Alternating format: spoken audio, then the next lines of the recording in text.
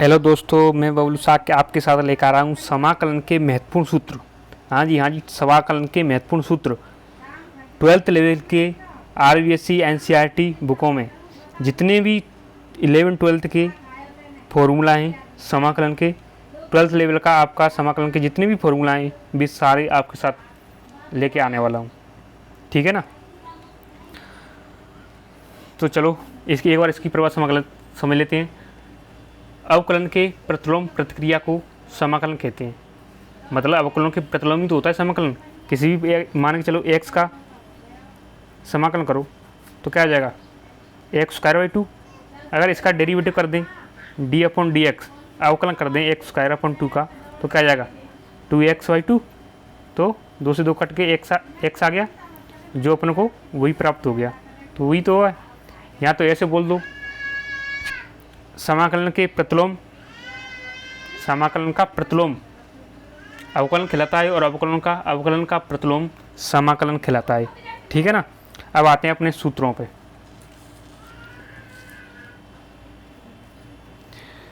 तो सूत्र में स्टार्ट करता हूँ लिखना। यहाँ आपको पीडीएफ लेनी है इस नोट्सों की, महत्वपूर्ण सूत्रों की।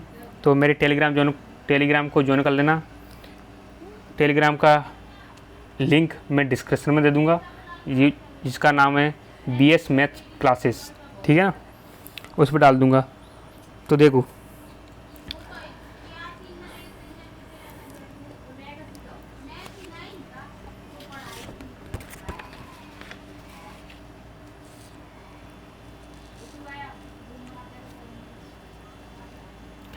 समाकलन इंटीग्रेशन, समाकलन अवकलन के प्रतिलोम या इनवर्स प्रतिक्रिया समाकलन या प्रति अवकलज, इसको बोलते हैं एंटी डेरिवेटिव या पूर्वक, इसको बोलते हैं प्रिमिटिव कहलाता है। ठीक है ना।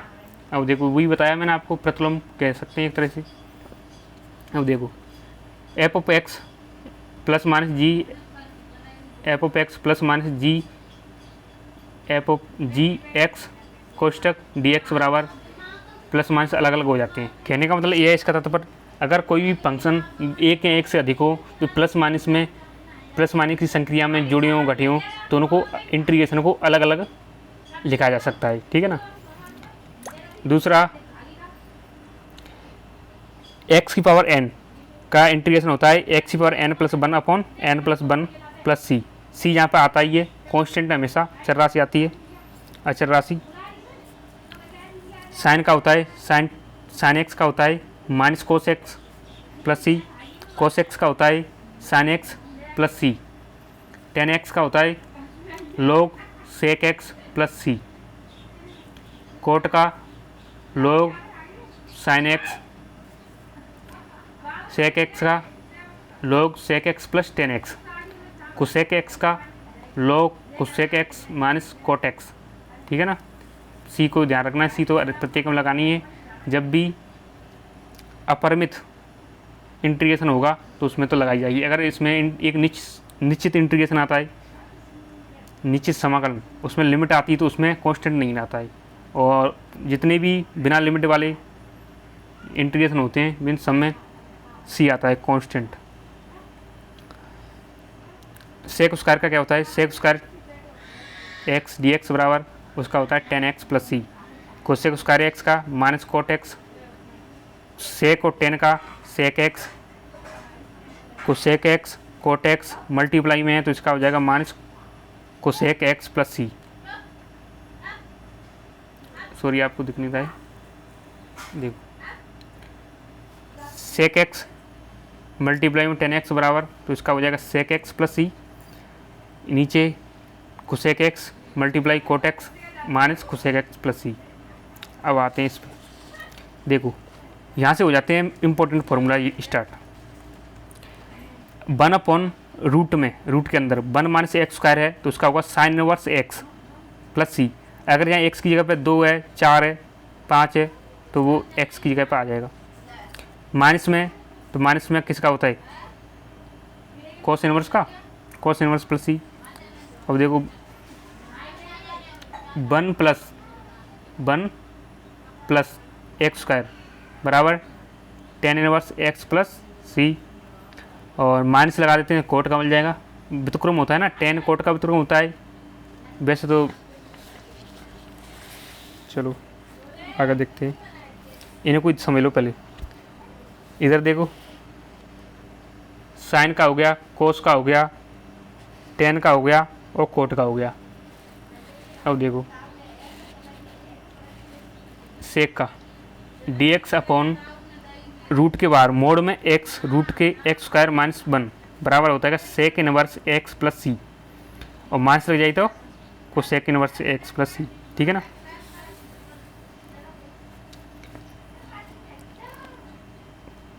किसी भी कांस्टेंट यहाँ a की power x plus d x, a की पावर x dx का इंटीग्रेशन होता है a की power x log x plus c. अब देखो यहाँ पे जी c है ना, जी सॉरी a है ना, a यहाँ पे a का मतलब होता है कांस्टेंट। a क्या है? कांस्टेंट है। ठीक है ना। जैसे कि मान चलो मैंने ली 2 की पावर x, इसका मैंने x के साथ रिस्पेक्ट में क्या किया, इंटीग्रेशन किया, तो क्या आएगा? देखो फॉर्मूला क्या होता है, पहले फॉर्मूला लिख लो तब अच्छे से समझ में आ जाएगा आपको। फॉर्मूला होता है a की power x upon log a plus c. किसका होता है? इंटीग्रेशन a की पावर x dx का, है ना। अब देखो 2 की पावर x dx, अब x के रिस्पेक्ट में कर रहे हैं, कांस्टेंट है ये, तो क्या हो जाएगा? देखो a की power x same to same लिख दो, 2 की power x upon log a क्या है यहाँ पे? 2, तो क्या आ जाएगा? log 2 plus c.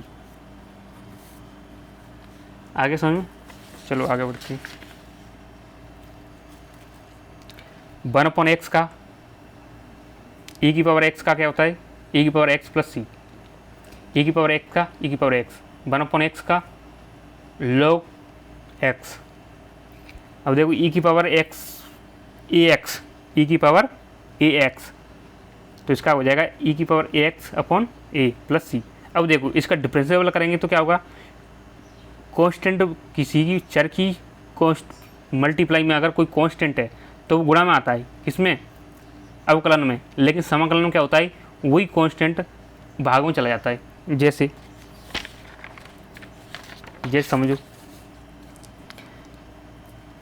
e की पावर 2x का मैं डिफरेंशियल करता हूँ, अवकलन करता हूँ। ठीक है ना। तो देखो e की पावर x का e की पावर x, अब इसको मैंने x मान किया तो इसको करूँगा दोबारा से e की पावर 2x, इसका क्या हो जाएगा? 2, तो इसका आ जाएगा 2, देखो दोबारा से देखो e की पावर 2x, ये तो ऐसी वैसी इसका कर दिया। अब इसको x मान के किया था अपन को, तो इसका दोबारा से करेंगे 2x, इसका हो गया 2 आ गई e की पावर 2x। अब यहाँ मल्टीप्लाई में आ गया। अब इसका इंटीग्रेशन करके देखते हैं इसी का, तो देखो ये 2 है ना, भाग में जाएगा। इधर देखो इंटीग्रेशन e की पावर 2x dx का इंटीग्रेशन करेंगे तो क्या होगा? e की पावर 2x का 2x, पर ये मल्टीप्लाई क्या होता है? भाग में पहुँच जाता है। ठीक है ना। चलिए आगे चलते हैं। अब देखो इंटीग्रेशन a की ax प्लस बी की पावर n dx। अब कोई भी a और b यहाँ पे क्या है? कांस्टेंट राशि है, कोई भी हो सकता है, 2, 4, 6, 8, 10, कोई भी मान हो सकता है कांस्टेंट। ठीक है ना। ax प्लस बी की पावर n dx का इंटीग्रेशन होगा a की पावर ax प्लस बी की होल की पावर n प्लस 1। अगर यह n है तो n प्लस 1 एक जुड़ जाएगी, और नीचे x का मल्टीप्लाई, नीचे मल्टीप्लाई में आ जाएगा इसके में n प्लस 1 के, मतलब भाग लग जाएगा। ठीक है ना, प्लस सी। अब देखो 0 का इंटीग्रेशन करें तो क्या मिलेगा? कांस्टेंट। अगर कांस्टेंट का इंटीग्रेशन करें तो कोई वेरिएबल मल्टीप्लाई में आ जाएगा। अगर 0 का इंटीग्रेशन करते हैं तो कांस्टेंट, और कांस्टेंट का अवकलन, अचर राशि का अवकलन करते हैं ना, तो क्या होता है? 0 प्राप्त होता है। ठीक है ना। a की पावर x dA बराबर, अब देखो एक तो ये फॉर्मूला, और ऊपर देखो ऊपर ने एक फॉर्मूला पढ़ा था ये वाला, इस फॉर्मूले में और इस फॉर्मूले में डिफरेंस देखो क्या डिफरेंस है। एक फॉर्मूला पढ़ा हमने ए की पावर एक्स डी एक्स, मतलब पावर की रिस्पेक्ट में इंटीग्रेशन। तो इसका होता है ए की पावर एक्स log ए प्लस सी। और एक अब देखा है ए की पावर एक्स डी ए, मतलब नीचे वाले कांस्टेंट के रिस्पेक्ट में, ठीक है ना। तो इसका क्या होता है, इसका होता है ए की power x plus one upon x plus one plus c. अब देखो अपन को किसके रिस्पेक्ट में कर रहे हैं, यहाँ पे कर रहे हैं एक्स के रिस्पेक्ट में। तो वेरिएबल कौन सा हो गया, एक्स। कांस्टेंट क्या हो गया, ए। जब कांस्टेंट की पावर होती है जब, तो ये फॉर्मूला काम आता है, मतलब 2 की पावर एक्स हो और एक्स के रिस्पेक्ट में अपन क्या करें, इंटीग्रेशन करें। अगर यहाँ पे अब नीचे देखो, नीचे में क्या हो रहा है कि ये क्या है, कांस्टेंट है, कांस्टेंट नहीं, यहाँ पे सॉरी यहाँ पे कांस्टेंट रहेगा ये, यहाँ पे एक वेरिएबल का है, ये कोई वेरिएबल है जिसके रिस्पेक्ट में इंटीग्रेशन करते हैं वो वेरिएबल बन जाता है, चर बनता है। चर रिस्पेक्ट में इंटीग्रेशन का मतलब क्या होता है, किसी वेरिएबल में चेंज होता है, वही तो होता है ना। तो यहाँ पे ए में चेंज हो रहा है, तो मतलब एक कांस्टेंट नहीं रहा, यहाँ पे एक कांस्टेंट नहीं रहा, तो क्या एक्स कांस्टेंट रह जाएगी, बिल्कुल। जब एक समाकलन हम ए के रिस्पेक्ट में कर रहे हैं तो ए क्या हो गया, वेरिएबल हो गया या चर हो गया, और एक्स क्या हो गया, कांस्टेंट। तो अपन जानते हैं, देखो ऊपर ना पढ़ा था एक्स की पावर एन डी एक्स, ये फॉर्मूला इस फॉर्मूला सेम ही है ना। अब देखो एक्स की जगह पे यहाँ पे क्या कर दिया, ए कर दिया है।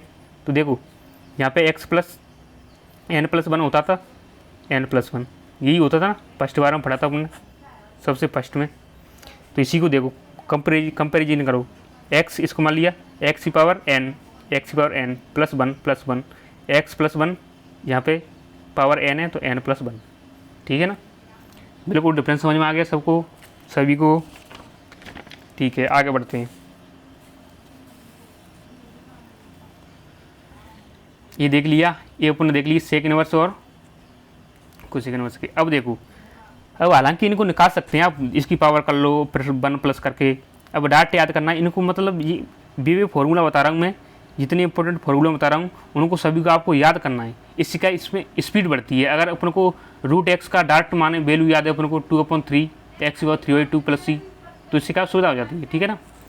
1/√x है तो 2√x प्लस सी। सेक एक्स का क्या होता है, सेक एक्स डी एक्स का क्या होता है, log। अब देखो वही बात है, जहाँ पे दो फार्मूलाएँ, अगर आपको मैंने जितने भी फार्मूले बनाए हैं वे सारे 12th के एन कति डीपली तक 11-12 के, इनसे बाहर कोई फार्मूला नहीं है इंटीग्रेशन में। देखो आपने सेक का फार्मूला देखा था, यहाँ पे सेक एक्स डी एक्स बराबर होता है log sec x plus 10x, और कोसेक का देखा था log sec x minus cot x. लेकिन इसके अलावा भी होता है, ऐसे कॉम्पिटिशन की तैयारी करते हैं आप तो क्या होता है, क्वेश्चन ऑब्जेक्टिव टाइप के होते हैं क्वेश्चन कॉम्पिटिशन के, जितनी भी कॉम्पिटिशन है, तो उसमें क्या है, कभी कभी उस सूत्र से आंसर ना निकल के इस सूत्र से निकलता है। तो ये इंपॉर्टेंट है, इसी को इन दोनों को आगे सोल्व करके अपना ये मान प्राप्त होता है। सेक एक्स डी एक्स बराबर log 10π/4 प्लस x/2 प्लस सी। यहाँ पे x अगर मान के चलो, x का जगह पे हो गया 5x, तो यहाँ पे x की जगह 5x और 6 है, ठीक है ना। अब देखो कोसेक एक्स डी एक्स का क्या होगा, log 10 x की पावर हाफ, मतलब एंगल हाफ हो जाएगा, ठीक है ना, मोड प्लस सी। तो मैं तो आपको कॉम्पिटिशन की जितनी भी कॉम्पिटिशन में पढ़ने वाले हैं, जैसे सेकंड ग्रेड का पेपर देने वाले हैं, फर्स्ट ग्रेड का पेपर देने वाले हैं, तो उनमें 12th लेवल का सिलेबस भी आता है, वो तो नेसेसरी है 12th लेवल का। तो स्टार्ट में पढ़ते हैं ना, तो 12th लेवल का आपको देखना पड़ेगा मोटा मोटा। वैसे तो पढ़ा जाता है बहुत भयंकर तरीके से डीपली, पर ये तो फॉर्मूले तो आपको आना चाहिए, ठीक है ना। तो अब आगे चलते हैं अपन,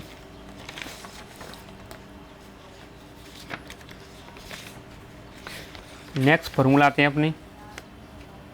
अब देखो ये 6 फार्मूला हैं, इनको सिस्टमेटिक याद करेंगे अपन।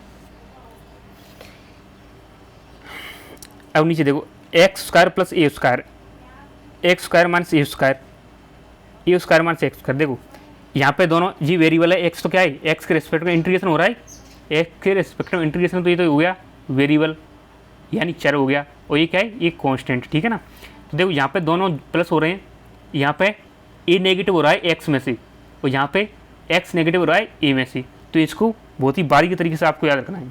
अब देखो दोनों पॉजिटिव प्लस हो रहे हैं तो क्या होगा 1/a tan inverse x by x upon a plus सी। अगर एक्स में से मतलब जिसके रेस्पेक्ट में इंटीग्रेशन कर रहे हैं उसमें से अगर कांस्टेंट मान घट रहा है तो उसका क्या होगा 1/2a log x मान से एक्स प्लस सी। अगर वेरिएबल घट रहा है कांस्टेंट में से तो 1/2a log x plus x a minus x plus c. अब देखो इसमें क्या डिफरेंस है, याद रखो अगर कांस्टेंट घटेगा तो जिस शान है वही शान ऊपर आएगा log के अंदर और नीचे भी विपरीत आएगा, नीचे इसका अपोजिट कर दो, ऊपर सबसे पहले यही आएगा जो इनके बीच में, ठीक है ना। यहाँ पे अगर वेरिएबल घट रहा है तो इसके अपोजिट ले जाओ और उसके अपोजिट नीचे कर दो, ठीक है ना। नीचे देखो अगर दोनों रूट में हैं, अब रूट में भी 3 बनेंगे ना, दोनों प्लस होंगे नेगेटिव होंगे, उसमें से वेरिएबल में से और कांस्टेंट में से, तो दोनों में से अगर प्लस हो रहे हैं तो log x प्लस रूट में x square plus a square का मोड प्लस सी। अगर दो चर में से कांस्टेंट राशि घट रही है तो क्या होगा log x plus x square minus a square. लेकिन अगर वेरिएबल घट रहा है तो क्या होगा sine inverse x upon a plus c, ठीक है ना। आगे बढ़ते हैं। अब देखो ये भी इंपॉर्टेंट फॉर्मूला है, अगर रूट में x square plus a square आ गया तो एक्स अपॉन 2 रूट में x square plus a square by 2 log x plus root में x square plus a square plus सी। अगर नेगेटिव है तो जहाँ नेगेटिव आ जाएगा और सेम रहेगा सारा, माइनस है तो ये कोष्टक से ये वाला ही है, रूट के अंदर तो ये संख्या जहाँ पे है वही यहाँ पे वही यहाँ पे यहाँ पे है वही यहाँ पे रहेगी, लेकिन यहाँ पे क्या हो जाएगा नेगेटिव, ठीक है ना। इसमें ध्यान रखना है, इसमें x/2 इसमें साइन इनवर्स हो जाता है, sine inverse x upon a plus c. A की power a x sine b x d x है तो क्या होगा इसका ई की power a x upon a square plus b square कोष्टक a sine b x minus b cos b x, ठीक है ना। और ई की पावर ए एक्स है तो कोस बी एक्स है तो ई की पावर ए एक्स ये सेम रहेगा a cos b x plus b sine b x plus c. अब देखो खंड समाकलन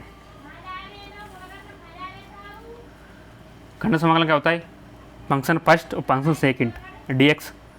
खंड समाकलन क्या होता है, कोई भी फंक्शन 2 मल्टीप्लाई में दिया हूँ तो उसके अब क्या करेंगे, देखिए आगे सूत्र आएंगे, अभी इसको समझो पहले आइलेट नियम क्या होता है। तो फर्स्ट को छोड़ के सेकंड का इंटीग्रेशन माइनस फर्स्ट का डिफरेंशिएशन सेकंड का इंटीग्रेशन होल का फिर टोटली का इंटीग्रेशन, ठीक है ना। अब देखो आई का मतलब होता है आइलेट, इसको याद रखना है, आइलेट मतलब सेकंड किसको मानना है फर्स्ट किसको मानना है वो ट्रिक है। प्रतिलोम त्रिकोणमितीय फलन sign inverse x cos inverse x tan inverse होते हैं। लघुगणक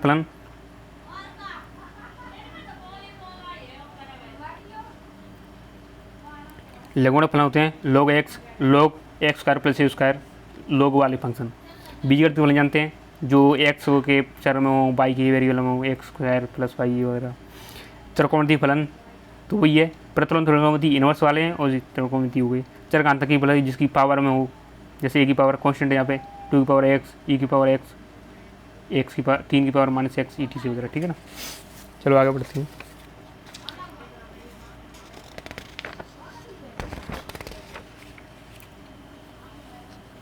इंग्लिश में मतलब समझो, आई का मतलब इनवर्स ट्रिग्नोमेट्री फंक्शन, प्रतिलोम त्रिकोणमितीय फलन, जिसको बोलते हैं logarithmic function, algebraic function, trigonometric function और एक्सपोनेंशियल फंक्शन। अगर वही है वो फर्स्ट सेकंड लिख दिया, यू भी लिख दिया, यहाँ पर कोई दिक्कत नहीं, वही फॉर्मूला है। अब इम्पोर्टेंट चीज़ और देख लो, इनका निचोड़ है, ये आपको याद रखना है, ये मान के चलो इम्पोर्टेंट कॉम्पिटिशन की तैयारी के लिए बहुत ही महत्वपूर्ण है ये फॉर्मूले, जो 12th का निचोड़ है एक तरह से मान लो। अगर देखो डायरेक्ट कोई भी फंक्शन दे रखा हो कोष्टक में और उसका डिफरेंशियल दोनों ही दे रखे हो, जैसे साइन एक्स और साइन एक्स का डिफरेंशियल क्या होता है cos x, sine x plus cos x और ई की पावर एक्स दे रखा है तो डायरेक्ट क्या लिख देंगे sine x plus cos x दे रखा है ना, तो साइन एक्स ई की पावर एक्स, तो ई की power x sine x plus c, मतलब जो फंक्शन है वो लिख देंगे इसको मल्टीप्लाई, डायरेक्ट फॉर्मूला। अगर ये फंक्शन है उसका अवकलन दिया है और अवकलन के साथ एक्स मल्टीप्लाई में है तो उसका डायरेक्ट फॉर्मूला हो जाएगा ये एक्स मल्टीप्लाई में फंक्शन। लॉग में कोई फंक्शन है और उसका अवकलन दे रखा है तो क्या हो जाएगा, एक्स मल्टीप्लाई करके फंक्शन आ जाएगा लॉग वाला, डिफरेंस वाला नहीं, लॉग वाला एक्स। अगर देखो कोई फंक्शन दे रखा है नीचे और उसका अवकलन ऊपर है तो डाट लिख दो लॉग में नीचे वाला फंक्शन, ठीक है ना। किसी भी फंक्शन की पावर n है और मल्टीप्लाई में उसी फंक्शन का अवकलन है तो क्या होगा, फंक्शन ले लो, ये फंक्शन उठाएंगे, n जोड़ देंगे और n नीचे भी जोड़ देंगे, n+1 ठीक है, dx प्लस c। ये फॉर्मूला तो बीच में बता चुका था मैं आपको, ax प्लस बी की पावर n dx बराबर n जुड़ जाएगा, a multiply n+1 plus c। अब देखो नीचे मल्टीप्लाई में a के मल्टीप्लाई में नीचे भी x की मल्टीप्लाई में a है तो क्या होगा 1/a log ए, वैसे 1/x प्लस बी, ये मान लो ये log x है, ठीक है ना, क्या ये x, 1/x का फॉर्मूला पता है log x। तो देखो 1/, इसको छोड़ो log, अब इसको x मान लिया अपन को तो log x प्लस सी, पर लेकिन x की मल्टीप्लाई में क्या है, a वेरिएबल है, वेरिएबल की मल्टीप्लाई में क्या होता है, कोई भी राशि चर राशि की गुणा में आती है तो उसको भाग देते हैं उस राशि का इंटीग्रेशन में, और अवकलन में क्या करते हैं, गुणा कर देते हैं, तो यहाँ पे भाग दे दिया, ठीक है ना। साइन में तो वही सेम का सेम हो जाएगा, भाग लग जाएगा। कॉस में तो वही सेम, log x का x log x/e प्लस सी होता है, ठीक है ना। और tan x sec x dx बराबर tan² x/2 प्लस सी, ये आपको डायरेक्ट याद रखते हैं।